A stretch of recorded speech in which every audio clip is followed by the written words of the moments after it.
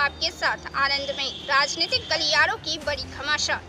गणेश आरती के बाद पढ़ी संविधान की प्रस्तावना। महाराष्ट्र के जलना में एक गणेश पंडाल में आरती के बाद श्रद्धालुओं ने संविधान की प्रस्तावना का पाठ किया।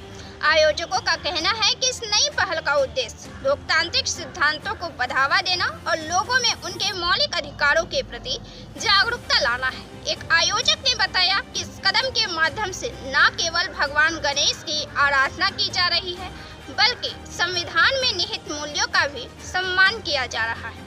बजरंग पुनिया को मिली कांग्रेस छोड़ने की धमकी। हरियाणा में विधानसभा चुनाव से ठीक पहले कांग्रेस में शामिल होने वाली पहलवान बजरंग पुनिया को धमकी मिलने का मामला गरमाने लगा है।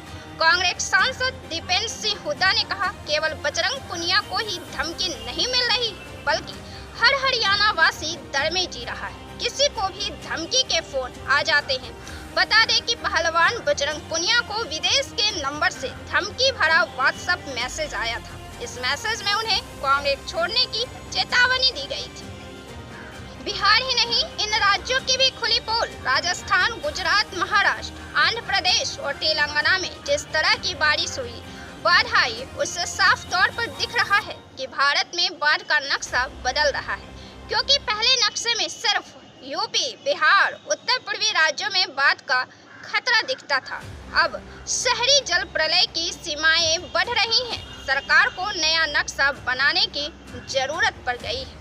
कैदी की रिहाई रुकी क्योंकि मंजूरी देने वाला भी उसी जेल में है कैद। राज्य सरकार भी कैदी को रिहा कर सकती है जो सजा पूरी होने से पहले छोड़ जाने योग्य होते हैं। राज्य सरकार उनकी सिफारिश करती है, मंजूरी के लिए उपराज्यपाल के पास जाता है, लेकिन राज्य सरकार के प्रस्ताव पर मुख्यमंत्री के हस्ताक्षर भी होते हैं और दिल्ली के मुख्यमंत्री अरविंद केजरीवाल जेल में है। ऐसे में अब सुप्रीम कोर्ट ही तय करेगी कि बंद मुख्यमंत्री सजा माफी जैसे संवेदनशील मामलों पर फैसला ले सकते हैं या नहीं। महाराष्ट्र में बुर्के पर शुरू हुई सियासत। एकनाथ शिंदे की शिवसेना मुस्लिम महिलाओं को बुर्का बांट रही है। ये पहली बार है जब शिवसेना मुस्लिम महिलाओं को बुर्का बांट रही है।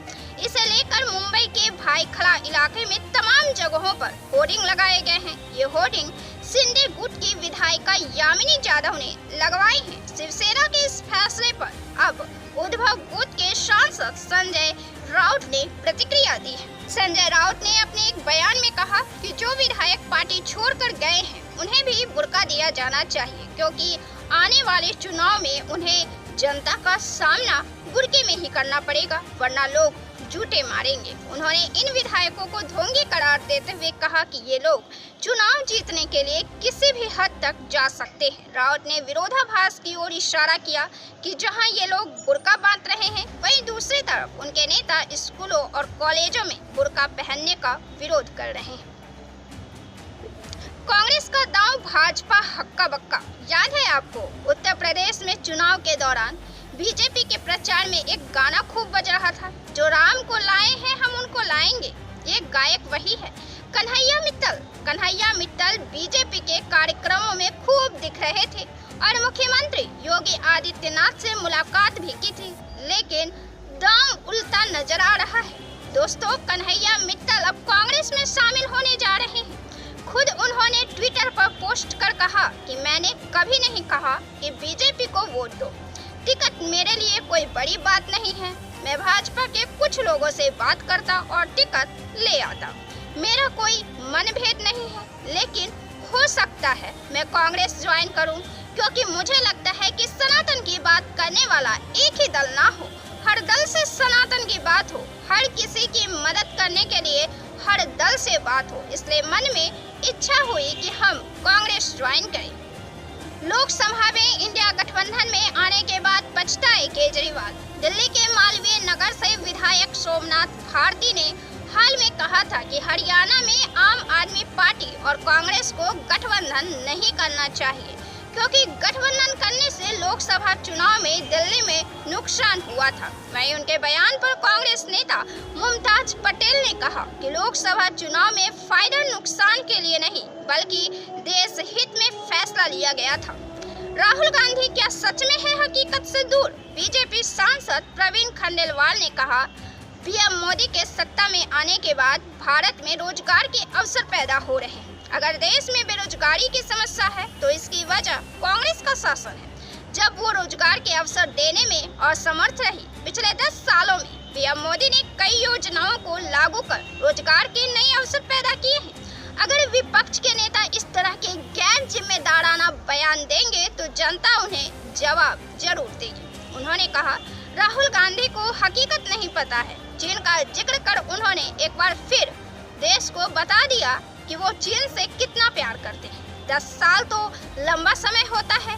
20 साल का युवा 30 साल का हो जाता है। शादी और परिवार, दुनिया की सारी जिम्मेवारियां सर पर आ जाती है। देश में 30 साल का युवा रोजगार पूर्ण है क्या? विधानसभा से पहले आदिवासी ने खोल दिया मोर्चा। एक साथ एक मंच पर आदिवासी संगठन आएंगे और विधानसभा में अपनी सीटें पक्की करेंगे। प्रेस कॉन्फ्रेंस के दौरान प्रकाश अम्बेडकर ने बताया कि महाराष्ट्र विधानसभा चुनाव के लिए आदिवासियों के अलग अलग संगठनों ने मिलकर तीसरा मोर्चा बनाने की पहल की है। इनके नाम वंचित बहुजन आघाड़ी, गोंडवाना गणतंत्र पार्टी, आदिवासी गुंड गवाड़ी, आदिवासी मानस समाज, आदिवासी जमात संघ, आदिवासी विद्यार्थी कृति समिति, भारत आदिवासी पार्टी, एकलव्य अघाड़ी, आदिवासी एकता परिषद और जयेश संगठन। जिलों का पुनर्गठन, चल पड़ी सियासी तकरार। जिलों के पुनर्गठन की बात की जा रही है। राजस्थान में नए जिलों को लेकर राजनीति तेज है। भीलवाड़ा में बीजेपी प्रदेश अध्यक्ष मदन राठौर ने संकेत दिए कि कुछ छोटे जिले खत्म हो सकते हैं। नेता प्रतिपक्ष टीकाराम जूले ने कहा, अभी तो यह बीजेपी अध्यक्ष का बयान है। सरकार या गठित कमेटी का इस पर कोई बयान नहीं है। यह सब राजनीतिक माइलेज के लिए हो रहा है। हमने जनता को सहूलियत देने के लिए छोटे छोटे जिले बनाए थे, जिससे जनता को राहत मिले। 100 किलोमीटर के जिलों की सीमाएं थी, जिससे लोगों को जिला मुख्यालयों से जुड़ने में दिक्कत हो रही थी। कांग्रेस ने बनाया दबाव, चुनिंदा सीटों पर फंसा पेच। गठबंधन की बातचीत में सीटों की संख्या ज्यादा बड़ा मुद्दा नहीं रहा। आम आदमी पार्टी ने पहले 10 सीटें मांगी थी। इसके बाद बातचीत 7 सीटों पर पहुंची और फिर 7 के बाद 5-6 सीटों पर भी गठबंधन की बात हुई। लेकिन इस बीच आम आदमी पार्टी की चुनिंदा सीटों को लेकर पेच फंसा। इसके साथ ही कांग्रेस ने दबाव डालकर आम आदमी पार्टी को 5 से भी कम सीटें देने का ऑफर रख दिया। इस पर आम आदमी पार्टी बिल्कुल भी तैयार नहीं हुई और बातचीत का क्रम टूट गया। उपराष्ट्रपति ने राज्यों से की यह अपील। उपराष्ट्रपति जगदीप धनखड़ ने राष्ट्रीय शिक्षा नीति को गेम चेंजर बताया और उन्होंने इसे युवाओं के प्रतिभा का पूर्ण उपयोग होने का आश्वासन दिया। उन्होंने उन राज्यों से विनम्र अपील की है जिन्होंने अब तक इसे नहीं अपनाया है। उन्होंने शिक्षा पर की पंक्तियां कही कि शिक्षा पर एक ऐसा खजाना है जिसे कोई छीन नहीं सकता। उन्होंने सभी से एक संकल्प लेने का भी आह्वान किया कि कम से कम एक व्यक्ति को साक्षर बनाने का संकल्प ले। पंजाब में युवाओं के लिए ऐतिहासिक मोड़, लेकिन पर्याप्त तो नहीं। पंजाब में आपकी सरकार है और पंजाब के मुख्यमंत्री भगवंत मान ने कहा कि करीब 45,000 युवाओं को 30 माह में नौकरियां दी गई हैं। वे राज्य का गौरव बहाल करने के लिए कड़ी मेहनत कर रहे हैं और उन्होंने यह भी कहा कि यह एक ऐतिहासिक मोड़ है जो युवाओं की किस्मत बदल देगा। अबू धाबी और भारत के बीच हुए समझौते। अबू धाबी के क्राउन प्रिंस शेख खालिद बिन मोहम्मद बिन जायद अल नाहयान ने 2 दिन के दौरे पर भारत में थे। अपने पहले दौर पर उन्होंने पीएम मोदी से मुलाकात की, जहां दोनों नेताओं ने परमाणु ऊर्जा, तेल और खाद्य पार्क विकास के क्षेत्र में कई समझौतों पर हस्ताक्षर किए। हरियाणा में कांग्रेस के सीटों पर उतारे उम्मीदवार। हरियाणा में आम आदमी पार्टी के अध्यक्ष सुशील गुप्ता ने कहा कि हम अपने राष्ट्रीय नेतृत्व के आदेश के तहत चलते हैं। हम हरियाणा में एक मजबूत विकल्प है। हमारी तैयारी सभी सीटों पर है। आम आदमी पार्टी पूरी मुस्तैदी के साथ चुनाव लड़ रही है। हरियाणा से बीजेपी जाएगी। हम हरियाणा की व्यवस्था को बदलने के लिए चुनाव लड़ रहे हैं। तो ऐसे ही तमाम पॉलिटिकल खबरों से बने रहने के लिए देखते रहें प्रेस बिहार। वीडियो अच्छा लगे तो लाइक करिए, शेयर करिए और चैनल को सब्सक्राइब जरूर से कर ले। बहुत बहुत धन्यवाद।